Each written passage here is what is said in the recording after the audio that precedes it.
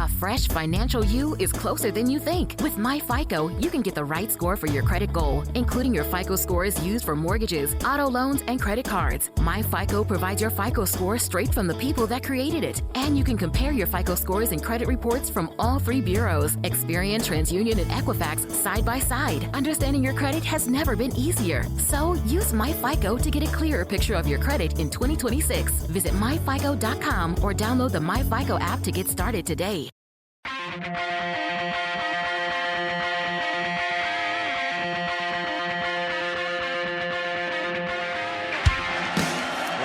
Starts first down at 10 at their own 10-yard line. Tevin Coleman with some running room. Tevin Coleman down the sideline. Coleman, one man to beat. Tevin Coleman's going to go 90 yards, and Indiana takes the lead. Randall L. scrambles, started off the pitch, keeps it himself down the sidelines. He could go. Antoine Randall L. touchdown. Rourke going to the single coverage, end zone. Touchdown! He hits Cooper again. Hey, welcome. Episode 256. It only took us about 255 of them, it seems like, to get everybody back together. And we're here. Seth's kind of here. He's in and out. There's pumpkins in his front yard that are screwing up his internet or something. I don't know. But Seth's here. Brandon's here. The whole crew's here. I'm here to annoy everybody. And we are here to talk Game 10 against Penn State. But before we do that, let's let Brandon chat. Brandon, you got anything you want to chat about? I think you guys did a great job last week talking about a lot of the topics. So no, I don't have any. There's other than the renovations. Did you see the renovations on the Twitter sphere or the Xverse or whatever you want to call? I've only seen the field. I haven't seen anything else. I try not to get on that app. Yeah, so Mellencamp Arena. Is that what it is? Mellencamp Arena? Mellencamp Pavilion, maybe? Pavilion. So they always had those really annoying, like, 1980s lights. Those have been replaced, which is huge. And that got all new turf as well. So... yeah. But then you guys didn't cover this, but Scott Dolson had a quote that I actually didn't see until Sunday or Monday. But I guess he said it over the Big Ten Media Day. But he said if he had to pick between retaining staff and upgrading facilities, he's picking staff every single time. And I love that. I love that because I think staff is more important than any shiny new look what we did to our stadium. And we know IU had to pay up to keep Brian Haynes. Like, we know that for sure. We know we had to pay up to keep the strength and coordinator coach is escaping me right now. And people will be against Shanahan, right? I don't think Shanahan was huge in this cycle. Seth, was he a name that got floated around a lot? I don't feel like he was too much. Brian Haynes for sure, but I do think, another good offensive season, people are going to start calling for Mike Shanahan.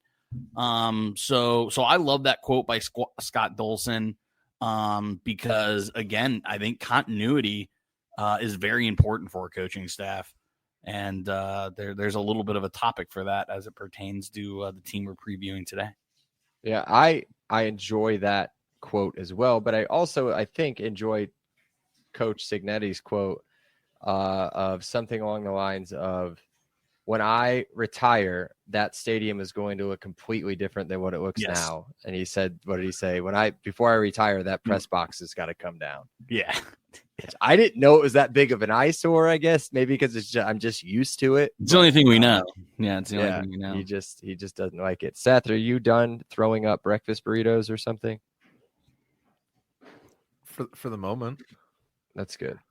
That's good. Thanks. Canceled a lunch today for that. Oh, you were hedging a cancellation like 2 days in advance. Don't give me that. That's true. But yeah, we rescheduled. Not totally canceled. But all right. Real quick, the opening line for week 1 is out. Brandon, how much have you gone through everybody's lines, or have you just looked at IU? No. So everyone's lines are out. There's definitely some movement. The Baylor Auburn game, the SEC surprisingly has had money thrown on them. So Baylor was the favorite, and now Auburn is the favorite. I think that's probably the most notable swing. People are hammering Alabama to destroy Florida State. Everyone is just so that line has gotten more aggressive towards Alabama. What's Texas look like with Texas, Oklahoma, or Ohio State? So Ohio State is -4.5. I think with a new quarterback, I like Texas money line just early. I'm not quite sure. I don't have that in front of me, but I would guess it's probably something like +150, +160 at a 4.5 spread line. So yeah, +150 action. I like the team with Arch Manning, with continuity in the coaching staff, against the returning champions, because Ohio State lost a lot. Now they bring back a lot. I think they're still a top 5 most talented team. But yeah, so all lines are out for week 0 and week 1. So I'd check it out. You guys missed it. I don't maybe Seth and I talked about this, maybe we didn't. But about 3 weeks ago, DraftKings had a 20% odds boost on all college football futures. So I hammered the Indiana wins. I hammered Indiana making the playoff. I hammered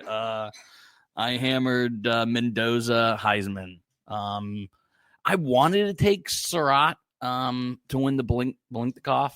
I'm probably not saying that right, but you guys, Blitnikoff. But that it was like +7,500. There's so many good wide receivers in this class. This wide receiver class has to be like up there with some of the best. With Jeremiah Smith and Ryan Williams and the dude from USC. I mean, there's obviously Surratt. I mean, Surratt had like the 10th or 11th best odds.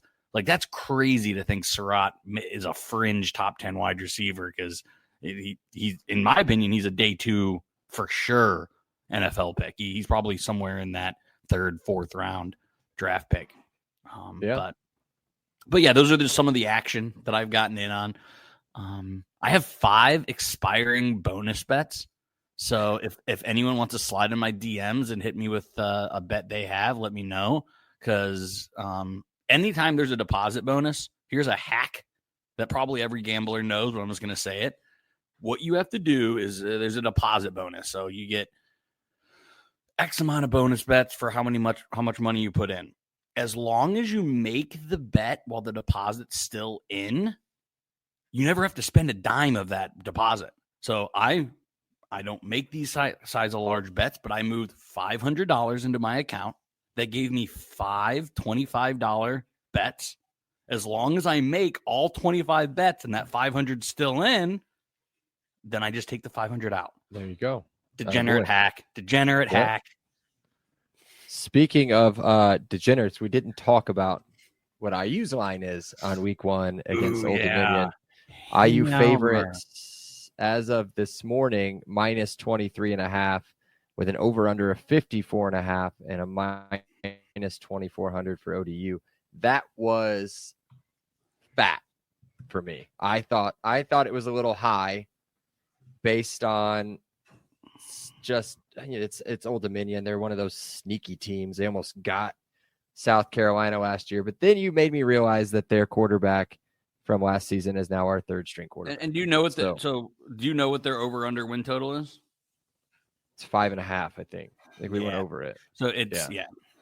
So they're not supposed to be good. Like 5.5 is bad for a team that plays in the conference they play in. So I think hit this line now, because I could see this line getting up definitely to 24.5. It wouldn't surprise me if it ends at like 25 and a half. So if you I like this line. I think they win. I could see this game. It easily could be 34-10. I could also convince myself it could be 48 to rip. So, but probably 34-10 is probably where I'm laying. Maybe 31-7 Yeah. But I don't know. 31 seems low, but we'll see. It's a long way out. But you know what's not a long way out? Practice is tomorrow. It is. It's so Fall exciting. practice starts tomorrow in July. So, yeah, time to get going. I also saw a fun thing today. This upcoming weekend will be the last weekend for the next 8 months where we don't have any football. So preseason starting next week, I believe. No, it actually starts Thursday, which is Thursday. Part of my Brandos Randos. There you go. So are we done with our news around the program? We're not going to hit recruiting. I think we're in a dead period anyway. The wonderful Matt Weaver from 247 says we are done with 2026. Obviously decommits can still happen. Obviously there's usually always seems to be a surprise visitor, but for the 2026 class, we are kaput. All right. Perfect. There we go. All right, let's move on. Seth, you can join in whenever you want. I know you're not feeling well, so just hop in whenever you want. So we're going to get right to it. Game number 10 at Penn State, Saturday, November 8th in Beaver Stadium. Still don't know what time or TV this could be a whiteout. I haven't looked at the schedule. Have you done that for that week, Brandon? So you have it down here on the handy dandy outline here. I don't see how this absolutely isn't a whiteout unless they choose to do Oregon, which is just too early in the season. That Oregon game comes in. I'm gonna have to look at the actual date here, but it's the only two obvious games are Oregon or Indiana. Yeah, we're the biggest. They're not doing it for Northwestern. They're not doing it for Nebraska. So that's it. That's the only teams they have for conference is Oregon, Northwestern, Indiana, Nebraska. So it's either Oregon early in game 4, which their high hopes, I don't see them burning their whiteout in their fourth opponent. I think what they probably do is either they're number 1 in the country coming off a win against Ohio State, or they're coming off a loss and they need a win drastically. So yeah, I would bet we're the night whiteout game. That's unfortunate, but it would be cool. It'll be cool to watch. We'll hop in. Do you want to have anything to say before we get in, Seth? There are a lot of fun games that week. Oh, I want a 3:30, like so bad. Just give me a 3:30 in Happy Valley. Don't give me the whiteout, because save the whiteout for Nebraska, right? The Blue Bloods. Let those two have the whiteout. And let us just have a 3:30 CBS. I'll take that. There's not a chance. It's either Big Noon or it's NBC. Oh, it's 100% going to be one of the bigger games. But all right, we'll hop in. Series. This one is the first time in a couple weeks, hasn't gone our way so much. Penn State 25, IU 2. We've only played each other 27 times. It's very lopsided. Previous matchup, though, was the, Tom Allen throwing everything at the wall that he could possibly throw at it game in 2023. IU went into Happy Valley, lost. I put a W there for some reason. I just didn't change it. Lost 24-33. The game much closer than what the score was.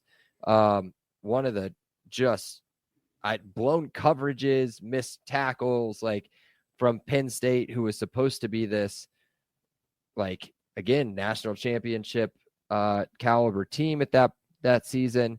It was tied at 24 with 2 minutes and 58 seconds to go. Sorsby had 3 long touchdowns, the 90-yarder to DeQuise Carter, I think, and then the completely blown coverage. Donovan McCulley just outside all by himself, like 20 yards. Nobody even guard on him on the line of scrimmage. He took it 69 yards, and then a 27 or 26 yard, I believe it's just a post route right into the end zone to Omar Cooper. So it was one of those, I remember where I was at kind of game. Like, we were getting ready for my little brother's wedding, and we were all, hitting the golf simulator and watching this game and going nuts. We had zero expectation going into it, obviously, with a dead season at that point. But it was a fun game until, 2 minutes left. So Penn State's won 3 straight, largest margin of victory. Again, I went through this too fast, but Penn State has 45-point victory in 1993, 52-7. That's really it for the series. I know that the 2 wins have come in the last 10 years, or I guess 11 years now. So it's trending in the right direction. Head coach is year 2 favorite head coach, James Franklin, heading into his 12th season in Penn State, believe it or not. 101-42. I can tell you that of those 42 losses, every time they were an underdog, that's where they're at. So, and we'll talk a little bit more about that later when I talk about which way to bet their over-unders. But let's get into their offense and defense, and then we will kind of move on from there. So, Seth, do you want to just unload on everybody now, or do you want it to build up and then maybe drop it on them when we get to the sack? No, I'll get this. The Drew Aller. He's the best in the world. He should be the number 1 draft pick going into the draft this year. He came back because he wants to win a championship, right? Yes. That's where we're at. Yes. Okay. That's all I'm going to say. Everyone, there's 8 other podcasts you can listen to where I'm waxing poetic about Drew Aller. Yes. And the teams that we were talking about were not as good as our current team. So, Brandon, let me get this out of the way real quick, and then I'll let you go. I'll let you go nuts because I know you're a big Penn State guy.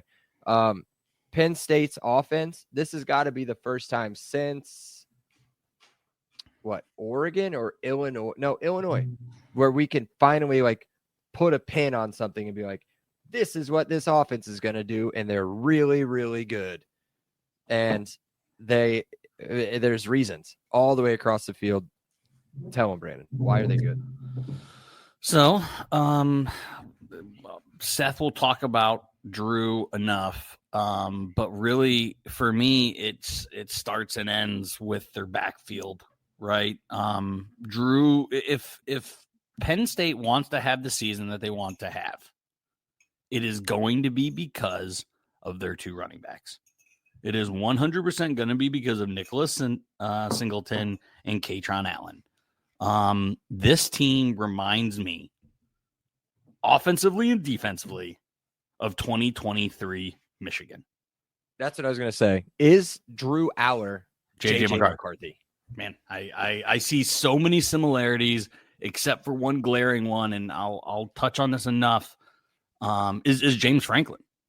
James Franklin isn't close to Harbaugh. Not even in the same zip code, country, galaxy as a quality head coach. But let's just what I was looking at here is their offensive coordinator, Andy Kotelnicki. He's been an offensive coordinator for 19 years. He's only in his 2nd year at Penn State, but do either one of you have even a guess of where he came from?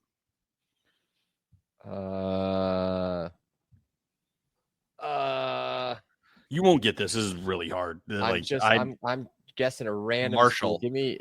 Oh, I was going to go Montana State. It's a Power 4. So he came from Kansas, where they were just super run heavy, kind of exotic run plays, a lot of jet sweeps, a lot of zone running.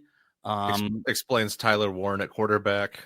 Yeah. Yeah. But he ran a really fun offense at Kansas. Those were his offensive coordinator days, was when Kansas kind of peaked a few years ago. And then I think since they left, you can tell that offense leaves a lot to be desired. So he's again, I can't say up and coming because he's been an offensive coordinator for 19 years.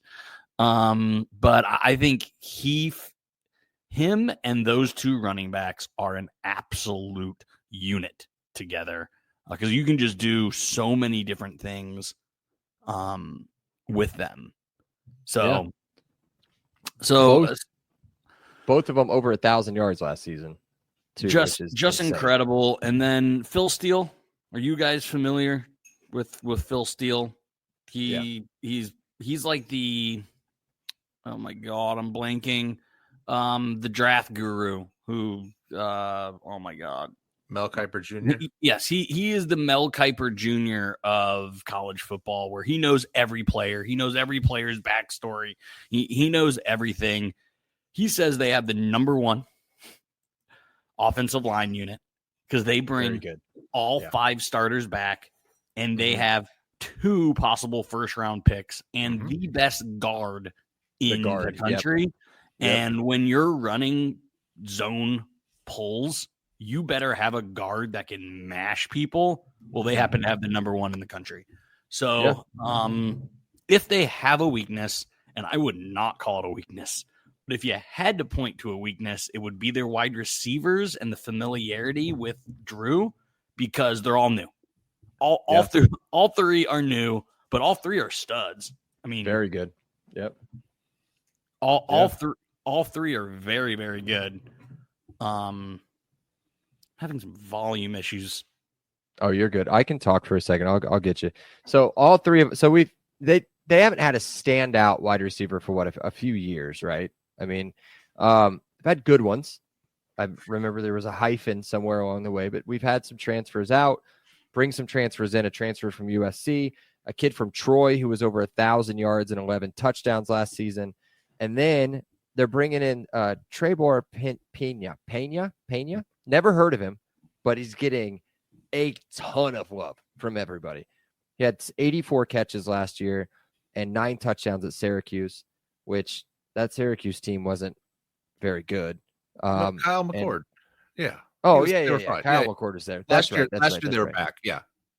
But yeah, so he comes in, and so they just refill it with what should be pretty decent. Now, the biggest, I guess, the glaring part of their offense, and I'm sure it'll be great, is no more Tyler Warren. They always have really good tight ends. I didn't see anything mentioned about any tight ends in any of the previews that I read. Now, granted, there's probably going to be a guy that blows up. I'm sure there is, but that's a big spot to fill with no Tyler Warren, and that was his safety blanket. So it'll be tough to catch up there. Do you have anything else you want to add on the offense, either one of you guys? So yeah, I've a few more notes. This isn't what this pod is about, but I think Penn State's the best in the country. I think that I haven't made my prediction yet, but they are likely going to be my national champion pick. But here's how you beat them, right? Penn State is 18-0 when Drew throws for over 65%. Penn State is 9-0 when he completes over 7.5 yards a pass. So if you can get Drew off script, checking down or throwing incomplete passes and getting them into non-obvious rundowns, that's how you beat this team. You need nothing. They're going to run for 200 yards, right? We'll get to their defense, but they are pretty much unbeatable. Literally 18-0 and 9-0 when Drew throws for over 7.5 yards a pass and is over 65% completion percentage. So it all comes down to how effective he is. And if you can make him ineffective, that's your only shot. It isn't shutting down the running backs. It ain't happening. It's making him ineffective. And 7.5 yards isn't a lot, guys. 65% isn't overly impressive. So that's the only chink in the armor I see. So when we played them 2 years ago, we kept both running backs under 100 yards, 81 yards and 50 yards. Neither one of them blew out any sort of big runs, 12-7 for both of the top guys. Aller went 20 of 31, which is 64%, and he was under 7 yards. And it was a close game with a not a great team. With a very bad IU team and a very bad coaching. It's there. Lambert Smith, by the way, Seth. That's who I was thinking of, the hyphen. I'll say, and Parker Washington before that, he wasn't a hyphenate, but he's one of those guys you thought might have been a hyphenate until you realize that Parker was just his first name. Doing pretty well in Jacksonville. Yep. Yeah, they had some good players in it. They'll be tough to that will be the part to watch, I think. Yeah. Hey, let me do something real quick. You guys hit all of my points, which is great. I'd love to take my quietness for being sick, but this was you guys hit all the nails right on the head. I'm going to go through this really quickly. Let's rank these in the Big Ten by category really quickly, and just give me a range. But quarterback, it's got to be what, number one or two in the conference. Penn State. I'm talking about positions. Position groups. It's number one. Okay. Number Running two. back, it's number one, right? It's number one. Number one. Wide receiver, probably it's not number one. It's probably Ohio State. So maybe what, 3 to 5, somewhere in that ballpark. Five. So a top I'll go five five. wide receiver crew. I'd say Yeah. probably 3, but yeah, sure. Okay, so 3 to 5. There we go. That's the window. Offensive line, what, one or One. two? One. One. Mm-hmm. One. And then tight end, we think is probably middle of the road, right? Worst case 6. scenario. Yeah, 6 or 7. Well, Just based on scheme, just based on tradition and scheme. Yeah, I mean, I'd say actual production probably lower half, but we know enough about Penn State to know that's likely not true. And Yeah. then let's go to coach. What, top No. top 4 coach? No. Oh 12? God, no. Oh God, no. Where is he? Where is he in the 18? Where do you middle put him? middle of the pack. Middle of the pack at best. No, I mean, you gotta. We don't love him, which stinks. He's probably 4 or 5 at the floor. No, Okay. let's go through this. Let's. He's better than Ryan Day as a I don't think so. coach. I don't think As so. a coach, I think Ryan Day is probably number one in the entire. Yeah. no. And I think The Dan, guy's not even Dan doesn't have to Lanning do is anything. probably 2 or 3. Oh, Lanning's number S- 1. Signetti. Lincoln Riley. Wait, is he still there? No, not Lincoln. No. I don't know. He's got to be somewhere in the top half. I think he's 6. I put Lincoln 5 or Riley 6. right around James Franklin. Right around. Like That's- they are. That's what I'm thinking. But we're talking ourselves somewhere in that 4 to 6 range. I think closer and closer. What? It's not Matt Rule. It's not Brett Bielema. It's not Greg Schiano. It's not Mike Loxley. It's not Jonathan Smith. It's not Rafe LaFrance or whatever his name is at Iowa. I put Ferentz. Bielema right. I put Bielema right there with Right. James Franklin's and What about Lincoln Fickle? Riley's. I don't think Fickle's not very good. Fickle is in over his head. I don't. Yeah. I don't think he's there. But I think Recruiting, worst case scenario, yeah, you just slotted recruiting. him 3 to 6, somewhere in there. 4 to you. I think you could argue he's anywhere from 5 to Some 6. bad coaches. There's some bad coaches in the Big Ten. Okay. Where's row your boat? We didn't talk. PJ Yeah, PJ Fleck. Fleck. Oh, Yep, he's that's another one. 16. Oh, Yeah, no, he's Shamar 15. Moore? Just in front of Shamar Moore Purdue's might stink. guy. So, anyways, what I'm saying is they stack up in the conference to be one of the top 2 teams in the league. It's going to be Ohio State, Penn State, and Oregon are probably be the top 3. 2 of those 3 are going to be fighting for the title, and I'm betting all 3 of them are going to probably end up in the playoffs. So you are looking at a team that has a very specific goal in mind, and we just said that maybe the most limiting factor is the coach or the tight end. I can't I wait mean, it's a to pretty talk schedule. I Oh, can't and, wait. keep an eye on Luke Reynolds as the emerging tight end. I think Khalil Dinkins will probably get the experience nod.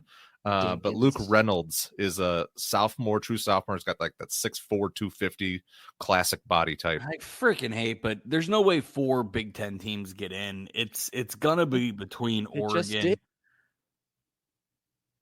We just did. We just had 4 in. We did Yeah. have for 4 in. So I why still not? think- I still think it's going to be between Oregon and Indiana. And we play 2 of them. I know. We Both play of them- 2 of them. I can't wait to talk the schedule because this game is tough for them. Oh, this game is tough. This game comes at the worst time. Yeah. All right.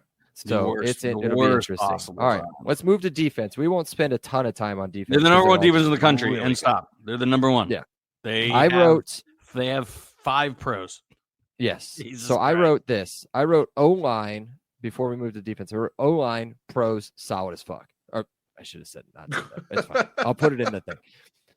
And then I wrote for the defense, C O-line description. Now, they've got a little bit of a problem on the interior of the defensive line. See, But other than that, Zane Durant's an NFL player, dude. Mhm. Zane Durant is good, but they're saying Zane's going to start on the outside. So they're going to put him out there. So if they do that, they got gouged up the middle last year in games that they did struggle. That's why they problem. brought in like the ACC Defensive Player of the Year and Amari Campbell. Yes. So they've got to fill that spot. That's the weak spot that's coming up from last year. Other than that, Danny Dennis Sutton, he's coming in. He only had 8.5 sacks, right? But that's because I think Abdul Carter had like 27. So he stole all of his sacks. Or he was eating up the blockers so that Abdul Carter could keep all of his sacks. The defensive line is great. Good. I think Zariah Fisher. Good. Fisher's coming off an injury. We'll see if he can come all the way back. But yeah, they're all NFL talent. AJ Harris, pro. Except for a couple defensive. Zakee Wheatley, pro. Tackles. Jesus. The linebackers are solid. They've got a transfer from North Carolina, I think. I couldn't remember his name. Yeah, that's Campbell. That's Amari Campbell. Okay, that's Campbell. the okay. yeah. Okay, so that guy's a stud. So the linebackers, nobody's gonna. I don't think it's not gonna be your traditional linebacker core at Penn State. Now I say that, and of course somebody's gonna blow up right after I say that. But there's not a guy going into the season where they're like, that guy is gonna win Defensive Player of the Year of the Big Ten. The secondary, he might. Tony Rojas is a very solid player. Again, yes, he's they good. have It's no what I'm saying. weak. Tony No, Rojas not is bad. Tony Rojas is more of like your Michigan State solid though. I think Yes. is what Bragg is getting at. Like Okay. he's not Yeah. he's not like all worldly. He's But not again, a Carter. He's not. He's a really good college football player. Yes, they have 5 pros on their defense, starting defense. Yeah. Yes. Their Jesus. secondary's ridiculous. Here's the biggest thing. And Right? DeJuan You Lane can might have- get there if you haven't counted him yet. We haven't counted him yet. No. So here's the thing. We can go through some bad IU teams and find pros, right? People that got drafted, people that played, people that have been in Super Bowls and won Super Bowls in the last 5 to 7 years. But they've had really bad defensive coordinators and really bad coaching staffs around them. So the defense wasn't that good. Here's the thing. I don't know.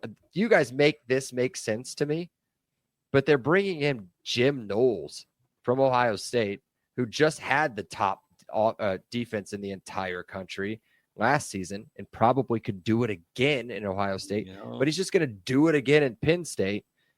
And he's filling in for Tom Allen, who somehow got promoted to Clemson. So you could put us 3 out there on defense. Seth's probably going to have to play a little bit different spot than he played in high school, but we'll get out there. That wasn't a fat joke. It's your knees and some other stuff. You tore your ACL. We can't have a torn ACL guy out there playing corner.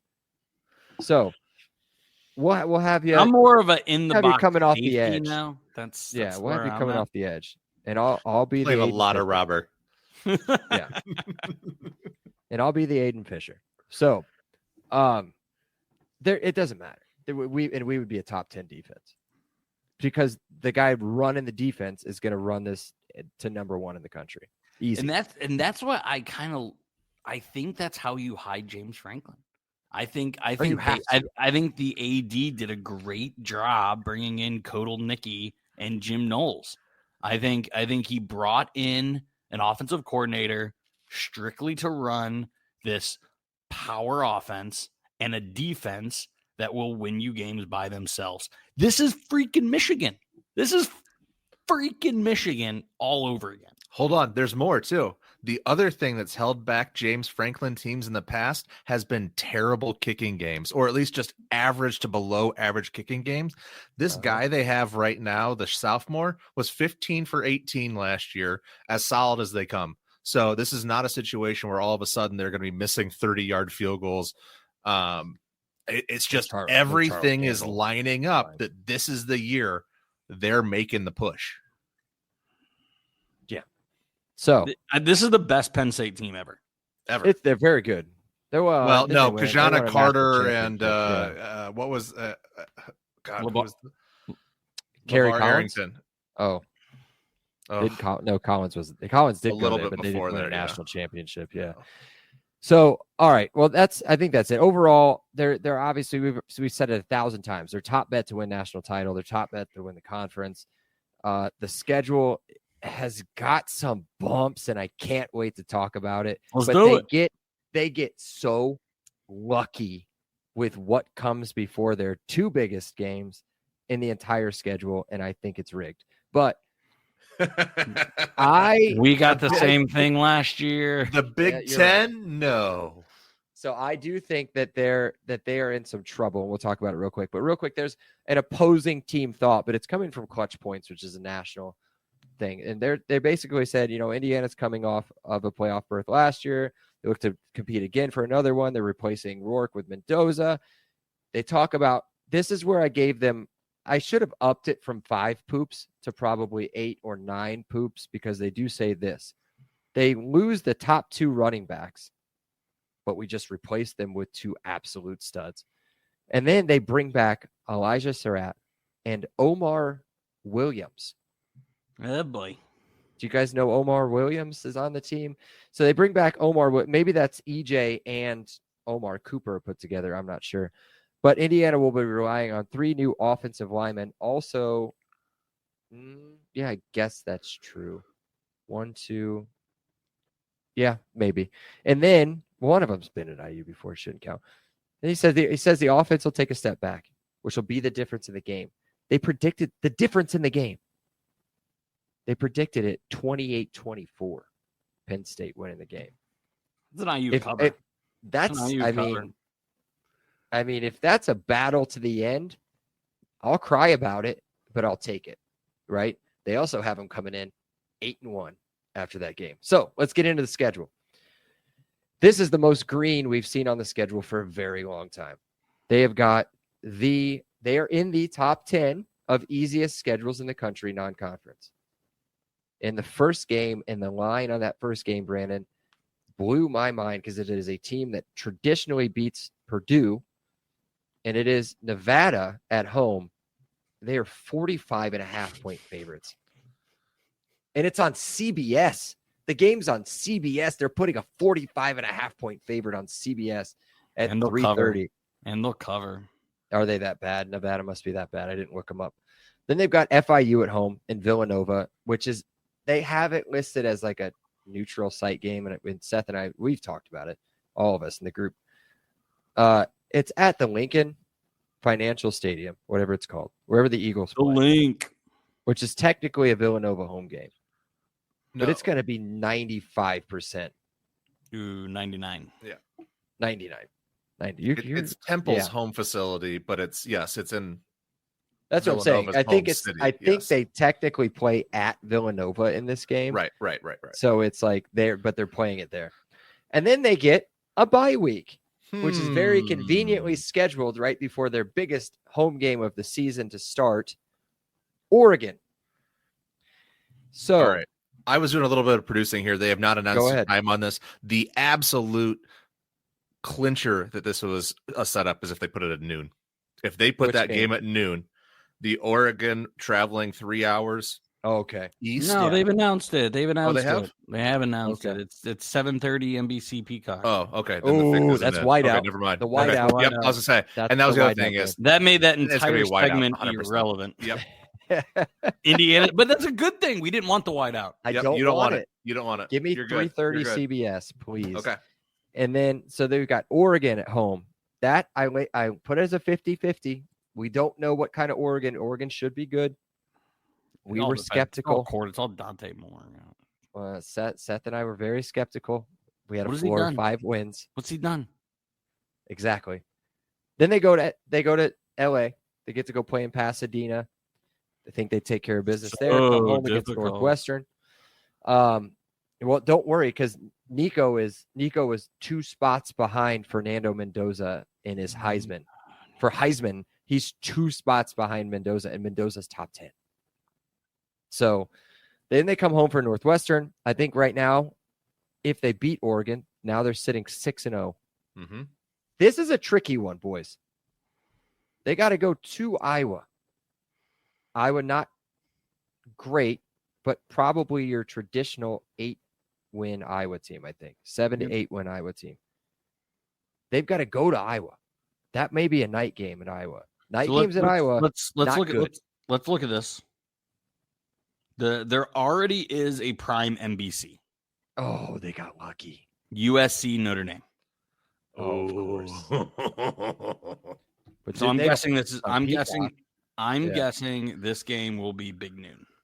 Probably big noon, which will be all right too. Here's the other games: Michigan State, Indiana, Washington. That's noon. Fox Sports 1.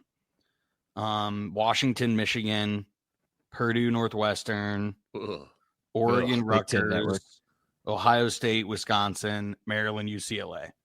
Number one games, USC, Notre Dame. Yep. Second best game is Penn State, Iowa. This will be big noon. It'll be big noon. Yep. Yeah. So they've got big noon at Iowa. Iowa's tough. That's a tough place to play.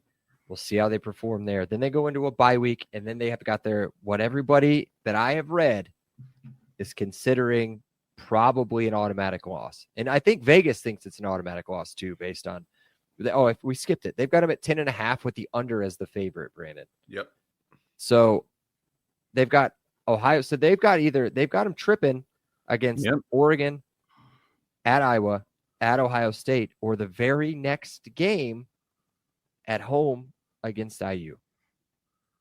The biggest, what is that Ohio State game? Have they scheduled it yet? Or is it going to be a night game in Columbus?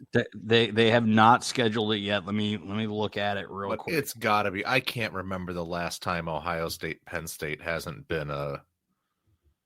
This is like classic, like Ohio State breaks out their weird black uniform or the all red helmet uniform pants combo or like some weird alternate jersey, and they just smoke whoever they're playing. Oh my God, this week is awful. Listen to these games: Indiana, Maryland, Michigan State, Minnesota, Purdue, Michigan. Noon. We can't have them so many noon games. Rutgers, Illinois, CBS, USC, Nebraska. This is the night game. It's the easiest night game there has ever been. There you go.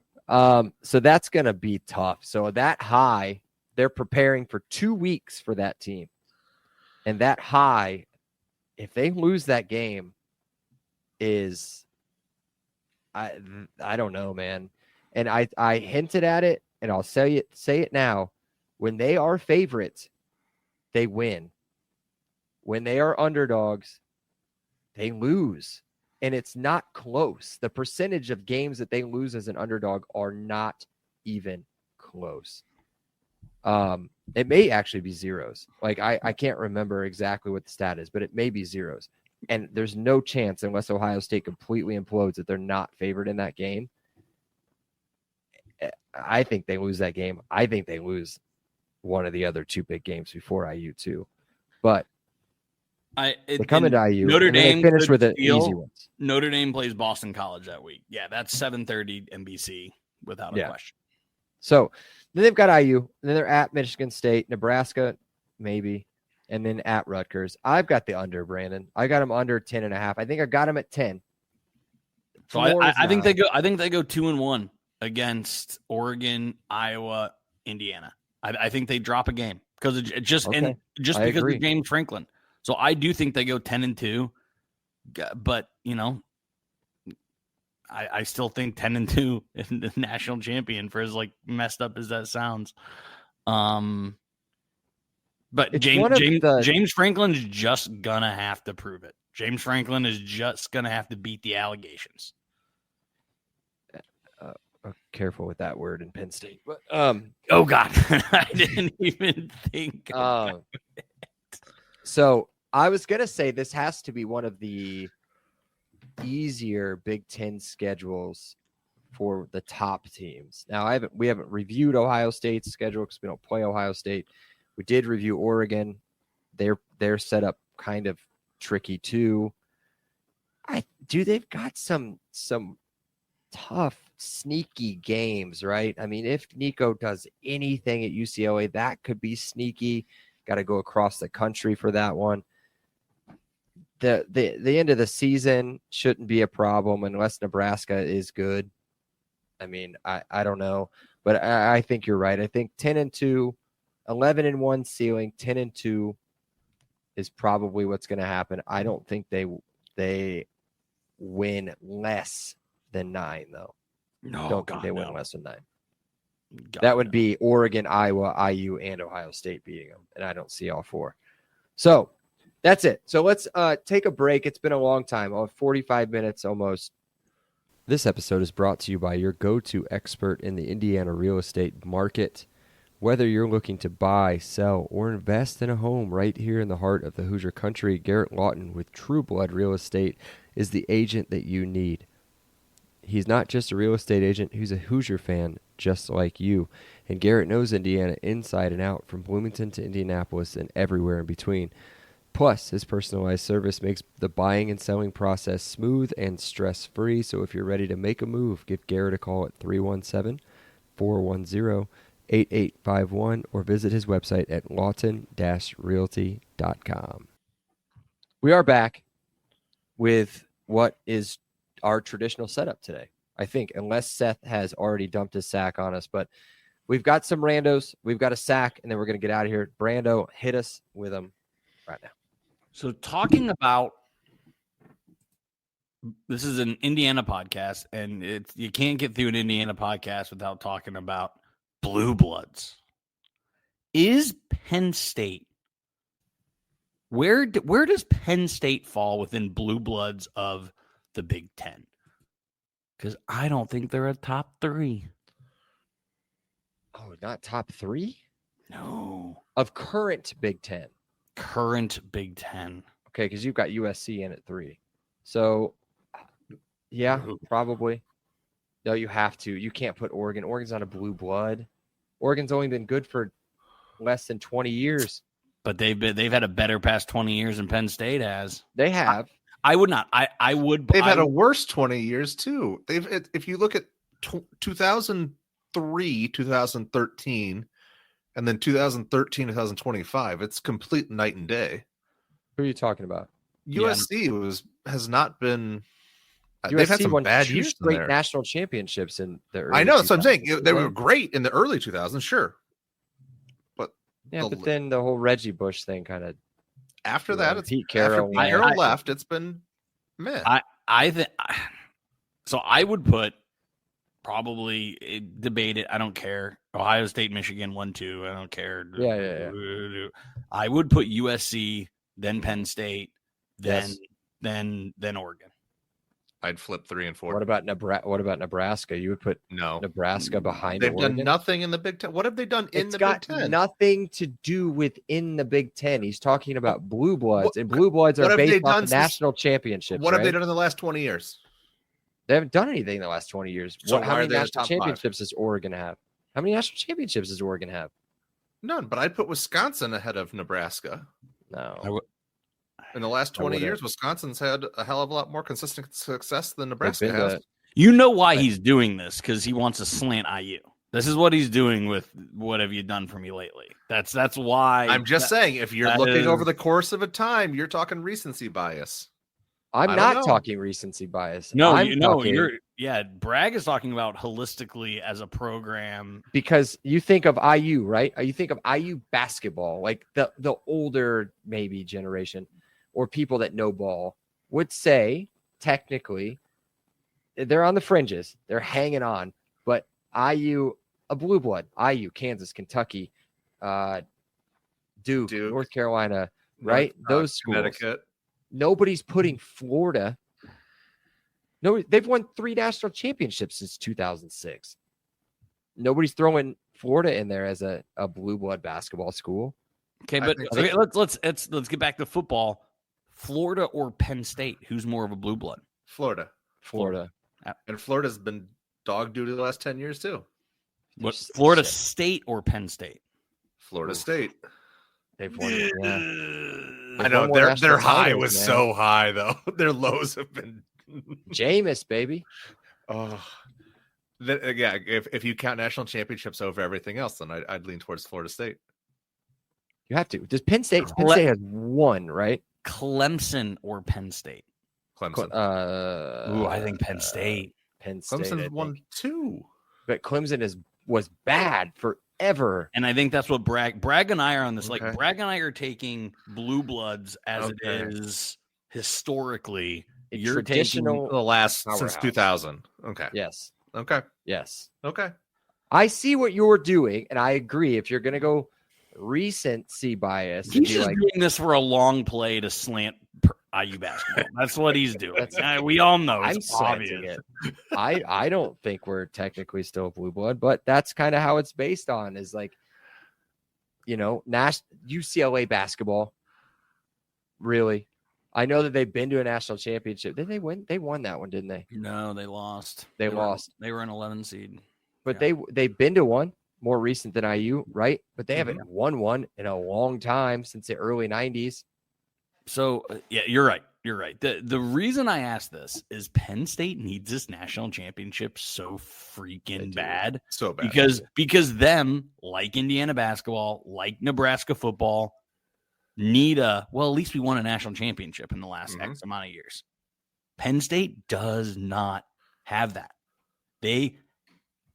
I get hyperbolic because I am hyperbolic. This is the most important season in Penn State football. And if they don't win a national championship this year, I don't know when they will. I don't know when they can. I wasn't going to throw this out here, but Seth got me all riled up. Purdue is never going to have a better chance of winning a national championship than they did 2 years ago. This year, no, because look how bad that overall season of basketball is. This upcoming season, much higher level of basketball coming into the season. So I think this is the most important season for Penn State football ever. And as a Pitt fan, I hope they lose every game. James Franklin stinks.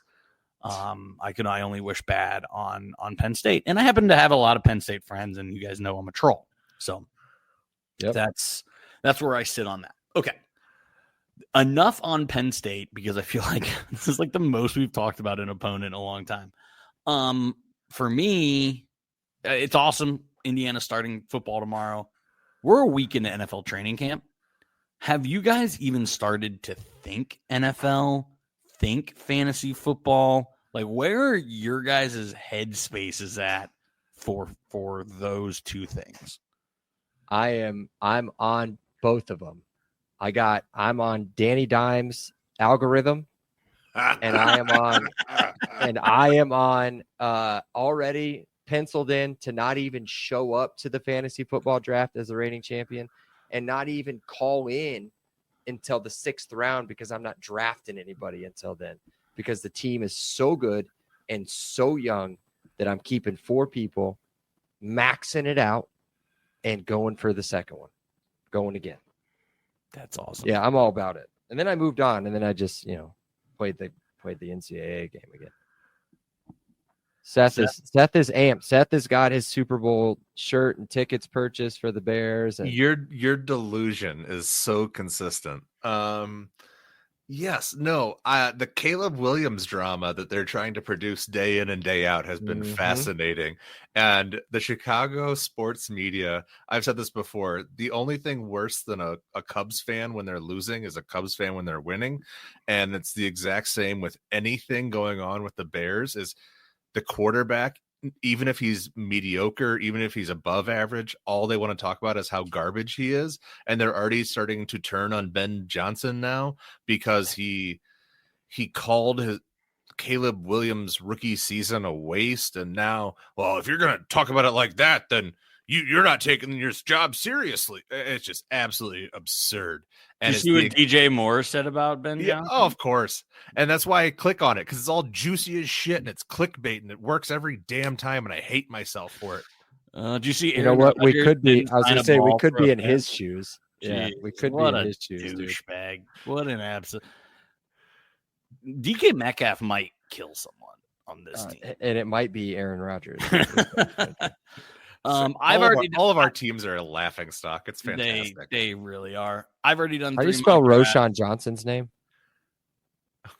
Roschon, like Roche, but not the company. Because I was gonna tell. Okay, you're Roche, like the company. Right. I think there's a C. Where's his props? Yeah. Where's his props? He has a prop. Is he going to be David somewhere? That's what I was going to say. He's got a prop somewhere where it's like for him to get over like this ridiculous amount of yardage, right? Like 350 yards on the entire season, and everybody's like, "Go now!" Because with the current coach and the offense that's going to be run, he is going to break that in like week 5. I like it's not even going to be close. Yeah, but that's it. But yeah, all 3 of our teams are. I'm interested to see how this just disaster of a quarterback situation pans out, and when our boy from Notre Dame, Riley Leonard, actually starts starting games. Oh my God, the 1070 morning guy. He's like the main beat writer. Kevin. I haven't listened. Bowen. I haven't listened. Kevin Bowen. He said, I have seen quarterback rooms for this team for a decade. This is the worst quarterback room. It's very possible this is the 32nd best quarterback room in the league. He said that this morning. Trying to think. I don't know if we could be worse than I don't know.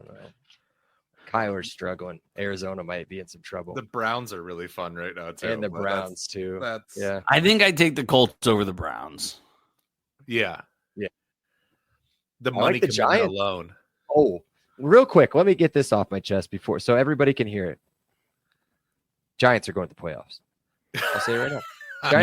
Neighbors. Wilson, Jameis, come on. They're 100% going to the playoffs. Cam Scatterbo. Did you see that catch in practice? The catch in practice the other day. Leaders of men. So yes, all right, dude. that's all I got. I could talk a million hours, but this is gonna be an hour plus pod. So what do you got, Seth? All right, here we go. So I didn't do any of the Drew Aller gushing or anything like that. I let you guys do everything. I let you guys say all of my talking points. And we think that, James Franklin is really the only thing that could potentially hold this team back. So what if they aren't great? What if it doesn't go well? What if they lose the UCLA? What if they go to 8-4 or 7-5? Then what? James Franklin's gone, and you promote. Boom. I just think his seat's got hot. to go. No, I think he gets one more. The expectations are 10.5. The expectations are Indianapolis. The expectations are national championship. So just look at what Ryan Day. I think James Franklin is in the exact spot Ryan Day was in last year, right? People wanted Ryan Day fired when he lost to Michigan, right? So I think Seth is spot on. If they go 8-4, I even would argue 9-3 and don't get to the Big Ten championship. If they miss the playoff, I think James Franklin's gone. Because we live in an NIL world. What NIL donor is saying, oh, James Franklin had our best team ever? I just poured $20 million, well, not one person, but the boosters at large just put $20 million on the field, and we didn't win a national championship? Didn't even make the playoffs. Didn't even make the playoffs. Couldn't beat Ohio State, couldn't beat Oregon, couldn't beat IU or Iowa. I think Seth's spot on, because I do think that Penn State has the money to throw, just like Ohio State did. Ohio State's boosters can fire coaches. Penn State's boosters can fire coaches. So I think Seth is – I don't think that happens. I think there's a less than 1% chance that happens. But I do think if they go 8-4 and miss the playoff, he's done. He's cooked. But that is why this is fascinating, because for the first time in about 8 years, a team other than Ohio State or Michigan is the most interesting, entertaining, talked about team in the Big Ten. And Indiana's the most talked about team in the Big Ten. Indiana's the most. Well, Cignetti's doing a little bit of churning on his own, sure. But I'm talking about as far as playoff contenders, as far as national championship contenders, they are getting all of the smoke in the world right now. And that allows Michigan and Ohio State more so, just kind of sit in the weeds and play their slow hand, work in a freshman quarterback, all that fun stuff. But at least for once, it's not Ohio State, Michigan, everywhere. It's a little bit refreshing to see it. Penn State, I think Michigan right could be booty. That's what I was going to say. I think Michigan's the one that's allowed to be like, don't look at us. We're not going to be very good. Couldn't be happier to have a little less attention on. There's a chance they have Joe Milton at quarterback again. This Bryce Underwood looks. This Bryce Underwood looks like AJ Brown, but could play like Treylon Burks. Oh my God. I've got a Penn State question. What does it take for them to not be good? If Drew Aller goes down? See, that doesn't get James Franklin fired. No, I was going to say. Then it's a built-in excuse. Do they have anything behind him, or is it just recruited? It's Glunkenmeyer, I think. He played pretty decent, I think. I was going to say, I think he was a fairly decent prospect, but is very young. But how things fall on them is just a toxic, bad locker room where things get to their head, where expectations. Oh, I'm a pro. Like, why am I playing in a night game at Ohio State? Like, no, pass. Like, why am I wasting my time playing Nebraska on senior? Like, that is how thing is just James Franklin not able to handle a locker room, expectations, professional egos. That's, again, I do not think that's going to happen, but that is how it happens, is you just absolutely lose a locker room, lose a coaching staff, lose the fan base. Like, that's how that happens. And that can happen. We've seen it happen time and time before. Not at Penn State, but just so that's how it happens, I think. I think it all comes down to the wide receiver room. It really is. That was the big issue they had last year. They didn't have any explosive plays in the receiving game, aside from Warren. I mean from the receivers specifically. And if for some reason the Troy and Syracuse guys who had 2,000 yards between them and had almost 200 catches between them, if for some reason the escalation in competition doesn't translate, or the USC guy who has all the talent in the world who hasn't produced yet doesn't find the production, that's the only other thing besides James Franklin I can see really limiting them. I think they're going to be good. Yeah. Yeah, I would. That Syracuse wide receiver was really good. You guys both lean towards 10. I'd probably lean towards 11. If Well, you're always leaning to the right a little bit. All right, that's classic Seth. All right, well, we can wrap it up. Just over an hour now. I was already starting on like subtitles and everything, not subtitles, but podcast description and all that stuff. So, but yeah, we'll wrap it up. We will move on to the next game, which again, I say this every week. We're gonna have to look up to see who's next. Wisconsin schedule. Wisconsin at home, yes, and then we finish at Purdue. But we've got some cool stuff coming up. We've got a big prediction pod at the end of this before we start our actual previews, which is not that far away. No. I mean, we have next week is Wisconsin. The week after that, Purdue. Week after that, predictions, and then holy shit, we're at previews. Yes, that's crazy. We have 3 more pods before the season starts. 3 more. It's nuts. It's crazy. All right, but until then, we will talk to you guys later. All right. Cheers, brothers. We'll do other things. See ya. Cheers. Cheers.